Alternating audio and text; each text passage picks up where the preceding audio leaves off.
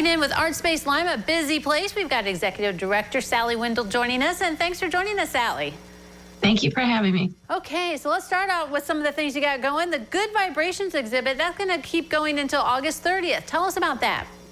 We've got some really interesting things. A lot of it focuses around Al Jardine's father, who was a photographer for the Lima Locomotive Works, but and then also some pictures of when the Beach Boys were here in '91.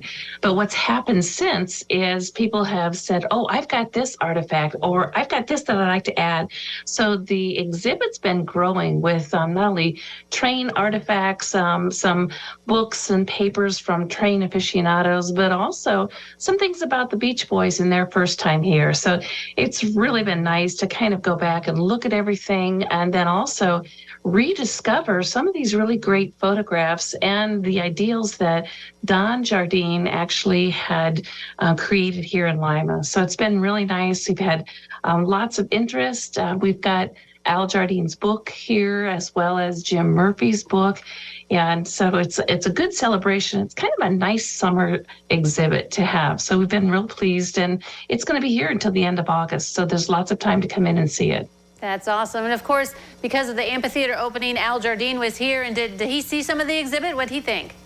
Yes, we were so thankful because he was able to work in a little time to come down, and he recognized instantly some of the things that had been in that original exhibit in '91. But he talked a lot about his father. And so that was the most genuine thing for me, is to just watch him pour into some of those memories. We had pictures of his houses and just a little bit about his family when it was here.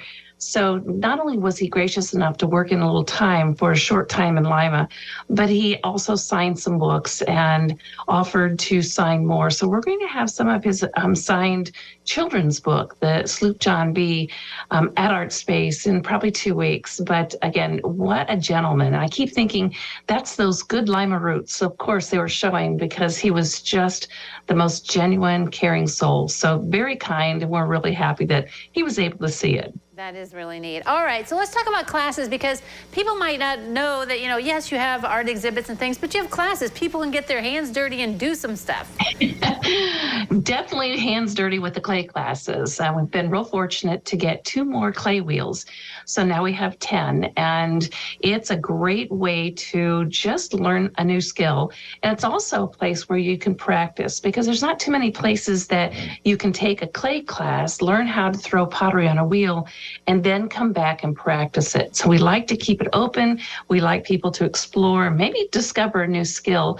But those are going on in August. We've got August 12th and August 19th, as well as September 2nd and 16th.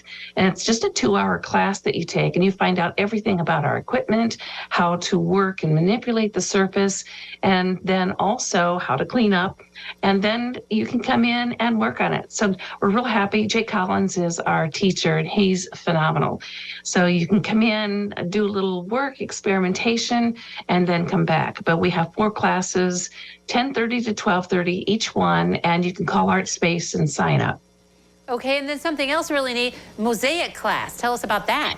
Yes, we've only had 1 in the past, and it was really successful. So we're bringing that back because we have a lot of glass left over from our stained glass classes. So the mosaic is about bringing lots of little pieces together, grouting, and then creating either a stepping stone.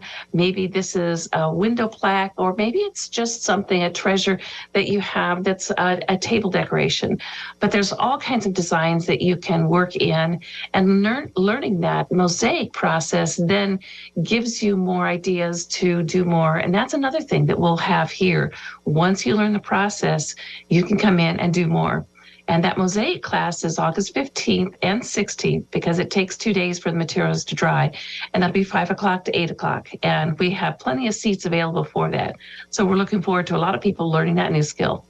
All right, and in November, you have an exhibit coming up. And right now, you're trying to get people aware about it. So tell us about that.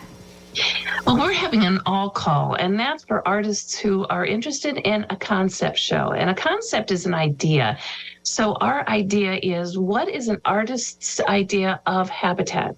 Now, this is a partnership with the Habitat for Humanity. So, we'd like to have something that artists respond to, either installations, maybe it is just a painting that has an idea, but what is your interpretation of habitat?